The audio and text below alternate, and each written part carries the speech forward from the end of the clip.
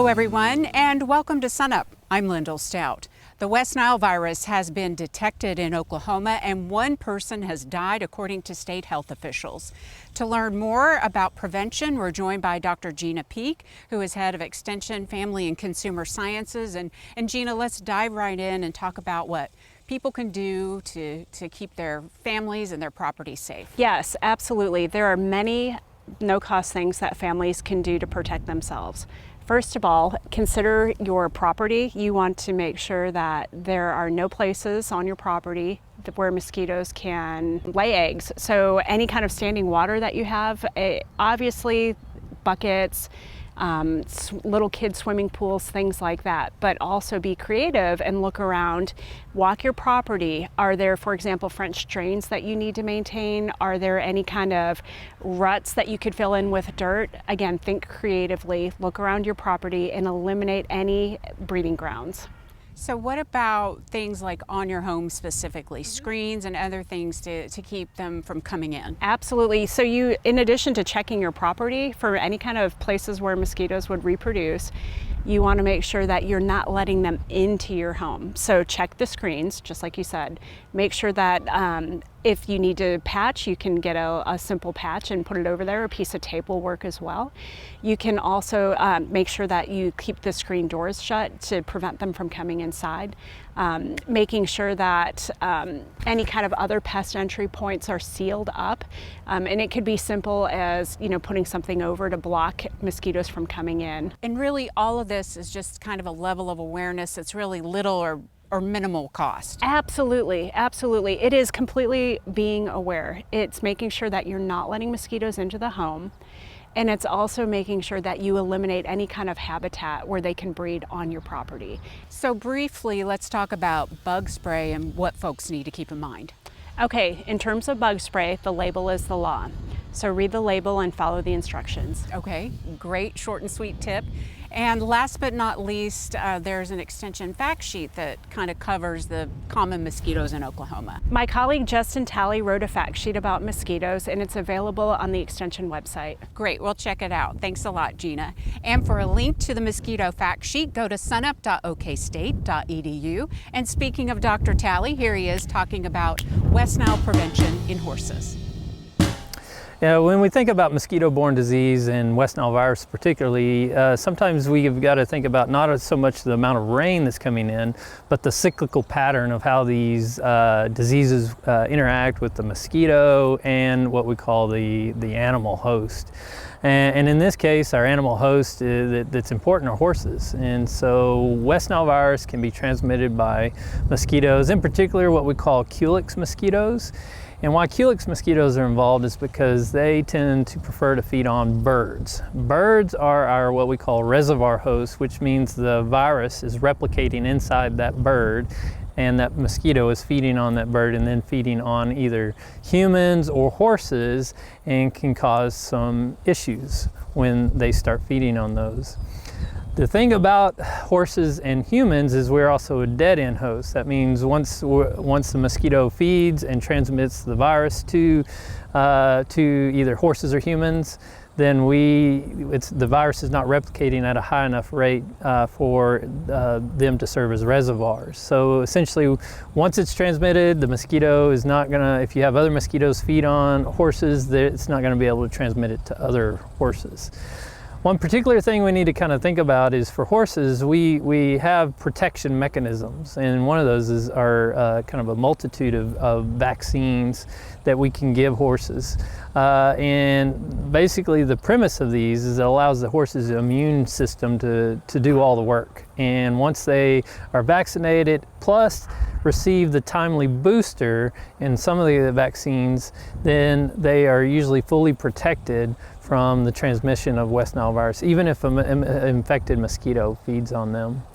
So it's good to be on the lookout because even though it's getting hot and dry, these types of mosquitoes can develop in what we call these hidden water resources. So if you have water that's collecting in areas that may not necessarily be drained or get dumped out, then this mosquito will breed in it. And this particular type of mosquito can breed in what we call murky or dirty water. And so think of those areas that have that stagnant water, whether it's storm drains or any kind of culvert that's holding water that never drains away. Those are the areas we need to be concerned about where these mosquitoes are coming from.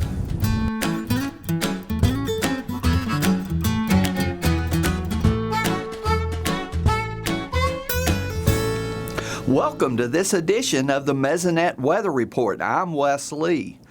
We were very fortunate to have had a very wet period of late May and early June. But since then, things have been very dry with very little rainfall. This 7-day map from midweek shows just a few places on the map recording much rainfall. It seems so out of ordinary to say it, but the Panhandle might be just the wettest part of the state this week. A few other places like Fairview, Lahoma, and Durant had clouds break through the heat dome and produce a little localized rain. For the rest of the state, you can see with the yellows on this map that it has been about a month now since significant rainfall was received. Of course, without rainfall, the soil moisture has depleted quickly. This map from midweek shows the daily average percent of plant available water from the surface down to 16 inches. Gone are the dark green colors that we had just a couple of weeks ago. Now we are seeing more reds and browns indicating 80 to 90% of the soil water has been used up. The biggest weather event lately has been the Relentless heat wave. On Tuesday, the temperatures reached almost 100 statewide. This added to the already impressive running list of 100-degree days in the western counties.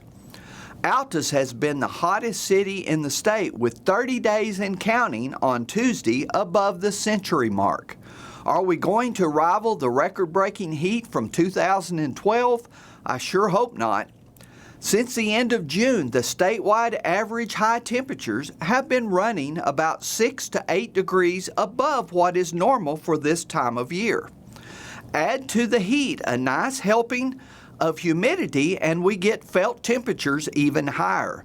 On Tuesday, the heat index soared into the triple digits at all locations except the tip of the Panhandle. Heat advisories have become commonplace lately for most of Oklahoma. There doesn't appear to be a whole lot of relief from the heat coming anytime soon. We are expected to remain above the long-term average for temperatures for at least a while. This forecast map from the National Weather Service is predicting that we will stay hotter than normal next week. I guess if you're looking for any good news, it might be that Oklahoma will probably not be the hottest place in the country like we were last week. The bullseye appears to focus directly on Texas, so it will likely take over with the hottest temperatures. The forecast precipitation map for the next week looks just a little more promising, leaning above normal for what is expected, especially in the Panhandle. However, with showers that will likely be spotty in nature and the continuing heat, I wouldn't expect any kind of drought relief soon. Gary is out of the office this week, but we will both see you next week on the Mesonet Weather Report.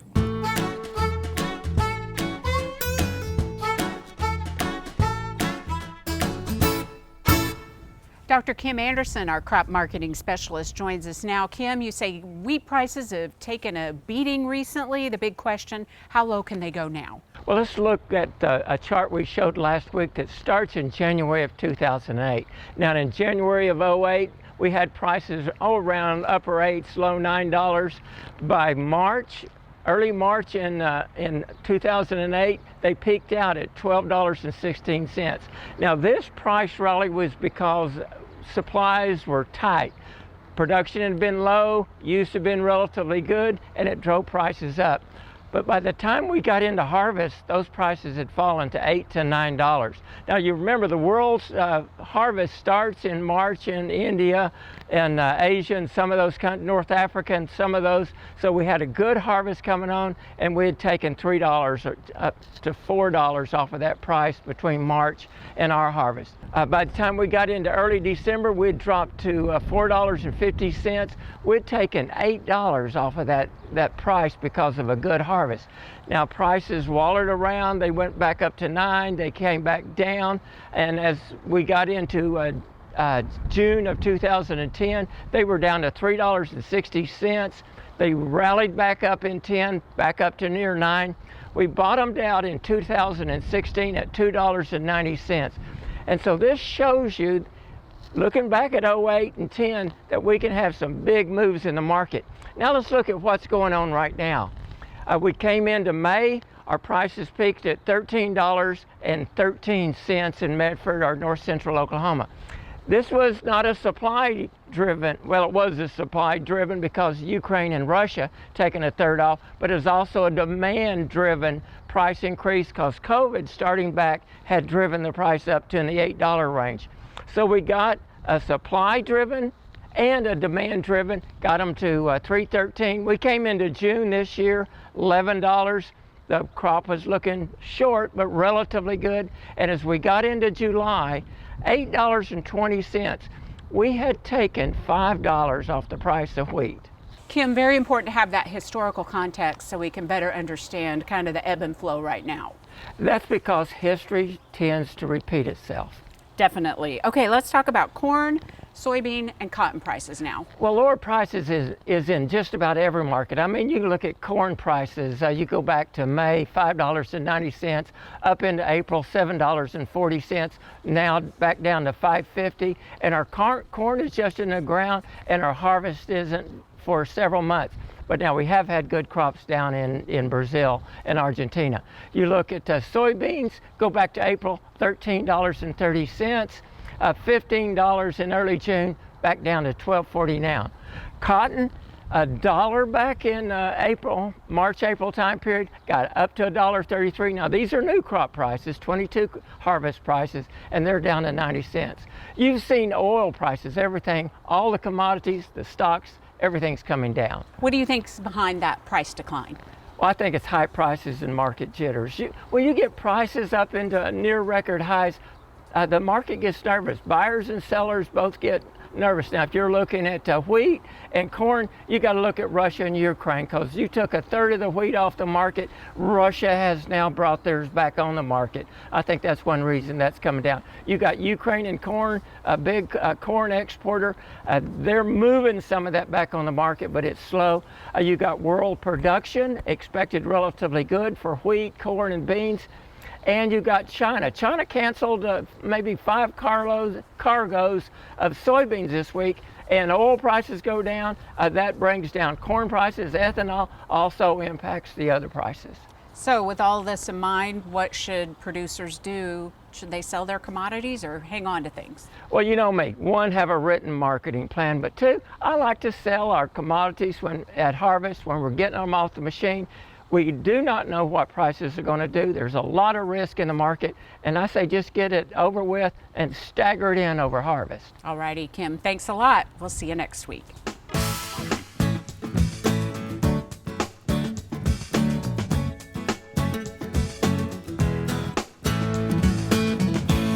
We're making our way into July now, which means we need to start looking at the second half of the year for the market. So Derrell, what's beef production looking like? You know, our forecast for beef production all year has been for it to decrease from last year's record levels. However, in the first half of the year, beef production was actually up about 1%. So that would suggest we're going to see some changes if we're going to meet our forecast here. Either that or we're going to revise the forecast. And so beef production is going to have to fall in the second half of the year. We know that cow slaughter continues well above a year ago. That's put some extra beef on the market. That's part of it. But, you know, things may change a little bit as we go into the second part of the year. You mentioned cattle slaughter, so how's that shaping out, and also feedlot expectations? Yeah, you know, the cow slaughter is up, and it's probably going to stay up, relatively speaking. So it's going to be up year over year. What we're expecting to see is a change in the fed steer and heifer slaughter. And that was actually up, well, the slaughter was about equal to a year ago in the first half of the year, but we're expecting it to be down year over year.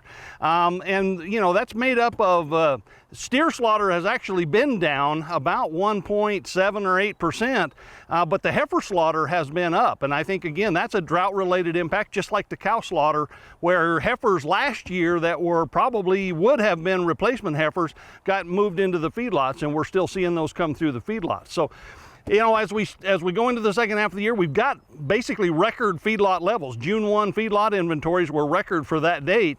But you know, we've been placing lighter weight animals. The turnover rate in the feedlot is slowing down a little bit. So we should see those marketing rates come down, and that'll be consistent with the slaughter dropping off a little bit as we go through the second half of the year. So, you know, a lot of projection. What do you think that's going to mean for cattle prices? You know, cattle prices have been higher than year-ago levels all year. That was our expectation, and it continues to be. Obviously, if we turn the corner here and actually start getting into these tighter supply fundamentals, that's going to even continue, you know, even more continue to support those prices. So feeder cattle prices, now we've had lots of challenges with high feed grain prices affecting feeder cattle, and, you know, fed cattle prices are actually doing pretty well here for a midsummer level. So, you know, our expectation is for these higher cattle prices to continue for the rest of the year. So what are some things, as we, you know, as I mentioned, we're looking at the second half of the year, what are some things that you are watching out for over the next couple of months? Well, we've mentioned drought a couple times, and that's clearly one of the big ones. So, you know, the drought could continue to force more cattle through the market. That could change our beef production forecast, for example, and our slaughter forecast. So we're watching the drought impacts. And really, you know, drought is going to reduce forage production in those drought regions, but we know that high fertilizer prices and high fuel prices is also going to reduce forage and hay production in areas that don't have drought. So all of those factors will determine exactly how the flow of cattle works, if you will, for the rest of the year. Additionally, we're watching obviously just the general economy, the macroeconomic situation, the possibility of recession, the inflationary impacts, global market impacts, all of those things that we're going to have to keep an eye on as we go through the rest of the year. All righty, thanks, Derrell. Dr. Derrell Peel, livestock marketing specialist here at Oklahoma State University.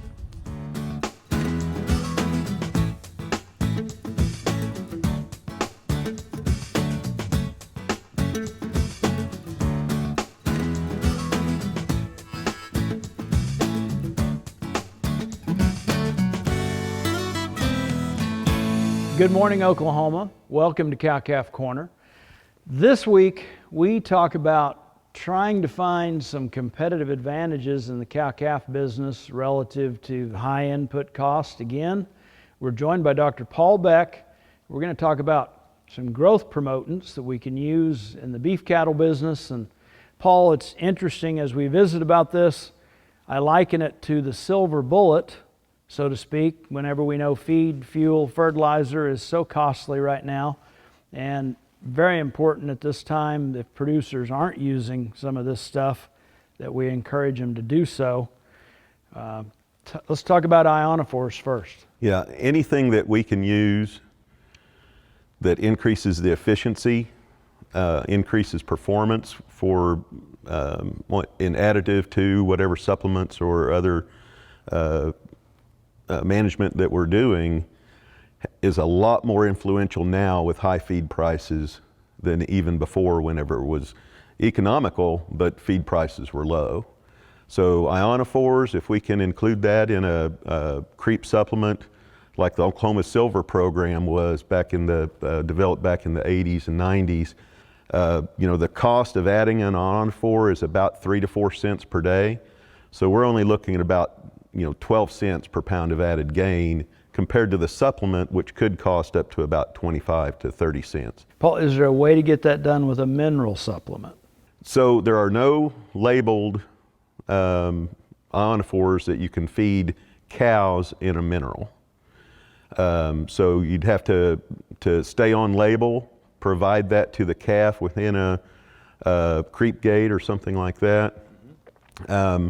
If we supply ionophores to cows, we can decrease feed intake. It actually does increase milk production. So providing ionophore to a cow, if you're providing a supplement as well, which probably would not be the case this summer, but it does make the cow more efficient as well. And so the other technology available to us is growth implants. Explain this concept. So growth promoting implants, provide hormones that increase the growth rate of calves. They function by increasing protein deposition instead of fat deposition. Fat takes more energy to put down than a protein does, so that increases performance and efficiency of that calf. We have a lot of producers that like to leave their bull calves intact, hoping to get an increased weaning weight, and that really doesn't happen until after weaning or after a normal weaning age when those cattle are reaching puberty. So it's much later in the growth of that calf. So what we're seeing is if we castrate a male calf and implant it, we'll have a 20 to 25 pounds increased weaning weight. If we leave a male calf intact, we're not going to see any increase in weaning weight. So castrating and implanting that calf prior to weaning, does a really economic job of improving those weaning weights, adding value to the calf. And can these two things be used in tandem? Yes, so we can expect about a tenth to a quarter pound of added gain with an ionophore, and we can expect another 2/10 to 3/10 of a pound of added gain with an implant. And when we do both together, we have research that shows you can gain the advantage of both of those. It's an additive effect because they have different modes of action, and together we can get a full half pound of gain per day using both an implant and an ionophore. So some pretty important advantages to gain by stacking these two things on top of one another. Yes, and looking at the prices and the cost of these, we're adding a lot of value for a very small input cost. Well, Dr. Beck, thank you. And thank you all for joining us this week on Cow-Calf Corner. Finally today, how do you know when you have enough aphids in your sorghum crop to justify applying pesticide? Well, turns out OSU has an app for that. Here's SUNUP's Curtis Hare and Extension Entomologist Dr. Tom Royer. Well, when we hit the dog days of summer in Oklahoma, that means pests in summer crops are usually an issue. So Tom, what are you hearing right now? Right now, well, of course, we're always concerned about grain sorghum pests. Headworm, the aphids, they've been something that's been on our mind since about 2014. I've also seen some issues in some of the soybean fields this year. False chinch bugs have been attacking. I even heard a really kind of odd one. Those roly-polies getting into soybean. That's a new one on me. I've never heard that, but seen false chinch bugs if you didn't get your weeds controlled before you planted soybean, and of course we also in certain places in Oklahoma in grain sorghum we have chinch bug too. So those are things that need to be watched. That means that you have to get out and be kind of paying attention to what's going on. So. Really quick, it's been really, really hot and it's going to keep getting hotter. How does that impact, pests in our summer crops? Well, certain pests like chinch bugs love hot weather. It also seems to me that sugarcane aphids always been okay with hot weather too, but part of the deal that we've got with sugarcane aphid now is that we've got a lot of resistant varieties or tolerant varieties, so we don't see them as much of an issue as we did before. So, talking about aphids, you actually have an Aphid App that could help a lot of producers, when they're going out and scout. Yeah, we finally got this thing programmed and it's available now.